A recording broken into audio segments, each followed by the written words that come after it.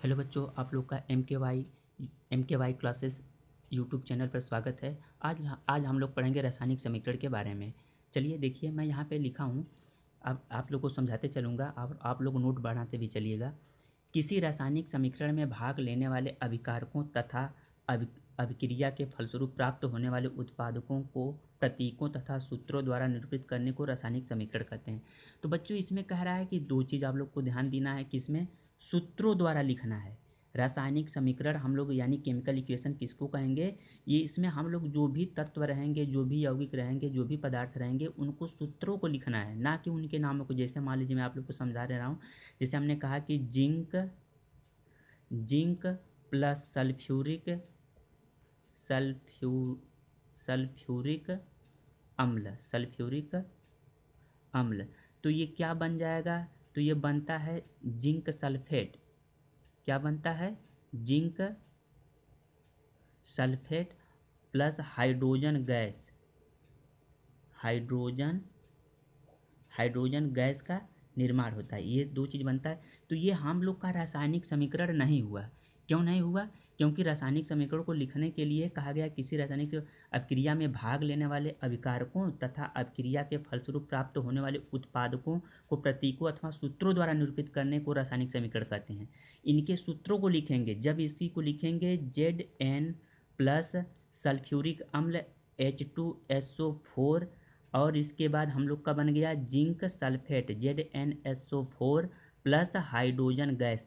तो अब ये हमारा रासायनिक समीकरण हुआ। इसको हम लोग क्या कहेंगे? केमिकल इक्वेशन अब कहेंगे। क्या कहेंगे? Chemical equation. ये अब हुआ केमिकल इक्वेशन। इसके अगर ऐसे लिखेंगे तो ये केमिकल इक्वेशन नहीं है, ठीक ना। इस फॉर्म में यानी इसको देखो, सूत्रों को कह रहा है तो ये सूत्र लिख लिया गया। जिंक का सूत्र, सल्फ्यूरिक अम्ल का सूत्र और जिंक सल्फेट का सूत्र ये हो गया, और हाइड्रोजन गैस निकल गई। तो ये हो गया हम लोग का रासायनिक समीकरण। ठीक बच्चों, अब अगली चीज़ देखिए। जैसे मान लीजिए, अब एक एग्जाम्पल और दे रहा हूँ। जैसे मान लीजिए हमने कहा कि सोडियम को H2O यानी पानी के साथ मिलाया जाता है तो हम लोग का बनता है sodium hydra oxide NaOH plus hydrogen gas निकलती है Na2NaOH।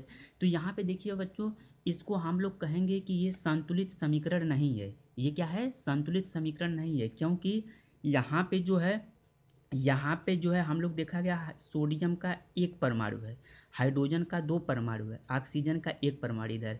यानी ये हमारे क्या है? इसको बोला जाता है अभिक्रिया। अब जिनके बीच अभिक्रिया होती है इसको क्या कहा जाता है? अभिकारक।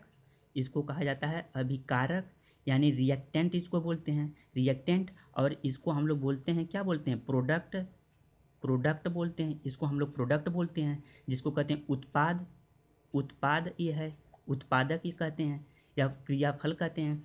तो ये जो है अभिकारक के बीच में अभिक्रिया होती है। तो इधर अभिकारक में सोडियम का एक परमाणु है और हाइड्रोजन का दो परमाणु है, ऑक्सीजन का एक परमाणु। लेकिन इधर जो है सोडियम का दो परमाणु, ऑक्सीजन का ये आगे दो लिखा है, इसका मतलब कि दो परमाणु ऑक्सीजन है, दो परमाणु हाइड्रोजन है, दो परमाणु सोडियम है।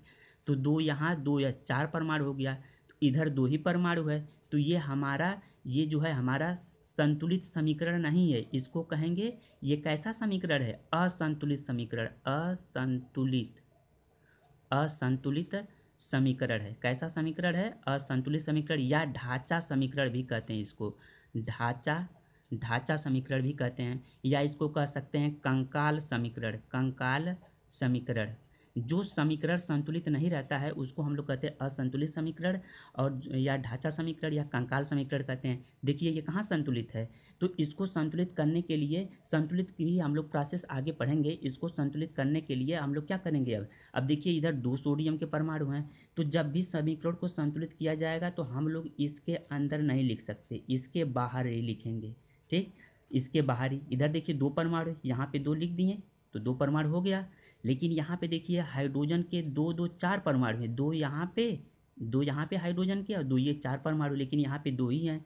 तो यहाँ पे भी अगर हम लोग क्या कर दें, इसके बाहर अगर यहाँ पे दो लिख दें तो दो दूना के चार परमाणु, तो दूना चार, और दो ऑक्सीजन के। अब ये हमारा समीकरण संतुलित समीकरण बन गया। तो संतुलित समीकरण को करने के लिए इसी तरह हम लोग क्या करेंगे? परमाणुओं की संख्या को संतुलित करेंगे। क्योंकि अभिक्रिया में यानी रिएक्शन जो होती है उसमें परमाणुओं की संख्या लेफ्ट हैंड साइड और राइट हैंड साइड में क्या होती है, बराबर होती है। परमाणुओं की संख्या दोनों तरफ बराबर होती है। जैसे देखिए इसमें बराबर है 2 hydrogen, 1 sulphur, 1 sulphur, 4 oxygen, 4 oxygen, 1 zinc का परमाणु, 1 जिंक का परमाणु। तो ये संतुलित समीकरण था और ऐसे समीकरण को हम लोग क्या कहेंगे, रासायनिक समीकरण। ठीक, अब चलिए अगली बात आप लोग को समझा रहा हूँ। रासायनिक समीकरण को जैसे बच्चों, रासायनिक समीकरण जैसे मैंने यहाँ पे देखो एग्जाम्पल लिखा हूँ। अब रासायनिक समीकरण लिखने की विधि क्या होती है, इसको आप लोग समझते चलिए। अगर रासायनिक समीकरण के लिखने के विधि, रासायनिक समीकरण देखिए जैसे पहले नंबर पर लिखेंगे कि रासायनिक समीकरण को अभिकारकों और उत्पादकों के नाम तथा इसके रासायनिक सूत्र ज्ञात होने चाहिए। जब भी हम रासायनिक समीकरण लिखें, जैसे मान लीजिए रासायनिक समीकरण लिखे हैं तो इसको लिखने के लिए हमको नाम इनका याद होना चाहिए और सूत्र याद होना चाहिए। तो देखिए इसका सूत्र हमको याद था, लिख दिए। दोनों का सूत्र, सबका सूत्र याद था, लिख दिए। पहली पॉइंट समझ में आ गया होगा।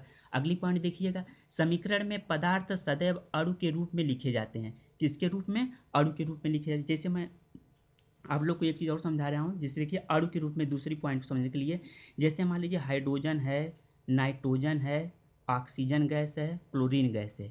इन सब में 2-2 परमाणु लिए गए हैं। इनमें कितने परमाणु लिए गए हैं, 2-2 परमाणु लिए गए हैं। हाइड्रोजन के 2 परमाणु, नाइट्रोजन के 2 परमाणु, ऑक्सीजन के 2 परमाणु और क्लोरीन के 2 परमाणु। इसको हम लोग बोलते हैं द्विपरमाणु।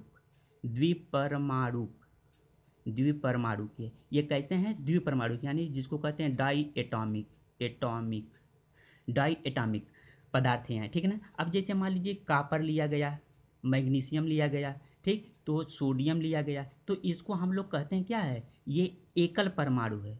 एकल परमाणु, इसको हम लोग बोलते हैं एकल परमाणु। ठीक, तो ये बच्चों यानी जिसको कहते हैं मोनो एटॉमिक, इसको क्या बोलते हैं, मोनो एटॉमिक। तो ऐसे हम लोग यानी अणु के रूप में लेते हैं। तो ये कितने हैं, ये अणु ये एक अणु कहा जाएगा। हाइड्रोजन का एक अणु है ये परमाणु दिखाता है, ये एक अणु है। ऑक्सीजन का एक अणु लिया गया क्लोरीन का एक अणु। ठीक, अगला देखिएगा पॉइंट तीसरी पॉइंट कह रहा है कि रासायनिक क्रिया में भाग लेने वाले अभिकारकों को प्रतीकों अथवा सूत्रों द्वारा बाईं ओर लिखा जाता है तथा अभिकारकों के बीच धन का चिन्ह लगा दिया जाता है। तो देखिए अभिक्रिया के बाईं ओर इसको यानी अभिकारकों को बाईं ओर, तो ये क्या हमारे अभिकारक है ना, ये इनको बाईं ओर लिखा जाता है और उत्पादकों को दाईं ओर लिखा जाता है और इनके बीच में धन का चिन्ह लगा दिया जाता है। तो धन का चिन्ह लगा दिया गया, धन का चिन्ह लगा दिया गया। अगली पॉइंट देखिए, रासायनिक अभिक्रिया के बाद उत्पादकों को रासायनिक सूत्रों को दाहिनी ओर, वही उत्पादकों को दाहिनी ओर लिखा गया है और इनके बीच धन का चिन्ह लगा दिया गया है। ठीक, अगली पॉइंट देखिएगा, उसके बाद जो है, उसके बाद अभिकारकों उत्पादकों के मध्य बराबर या अथवा एक तीर का चिन्ह लगा देते हैं। तो यही जो यहाँ पे तीर का चिन्ह लगाए हैं या यहाँ पे हम लोग बराबर का भी चिन्ह लगा सकते हैं। तो यही कह रहा है कि अभिकारकों और उत्पादकों के मध्य ये अभिकारक हैं, रिएक्टेंट हैं और ये प्रोडक्ट हैं, इनके बीच में बराबर या तीर का चिन्ह लगा देते हैं।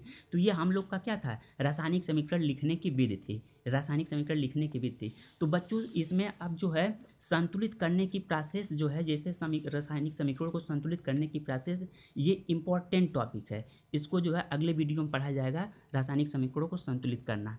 थैंक यू बच्चों।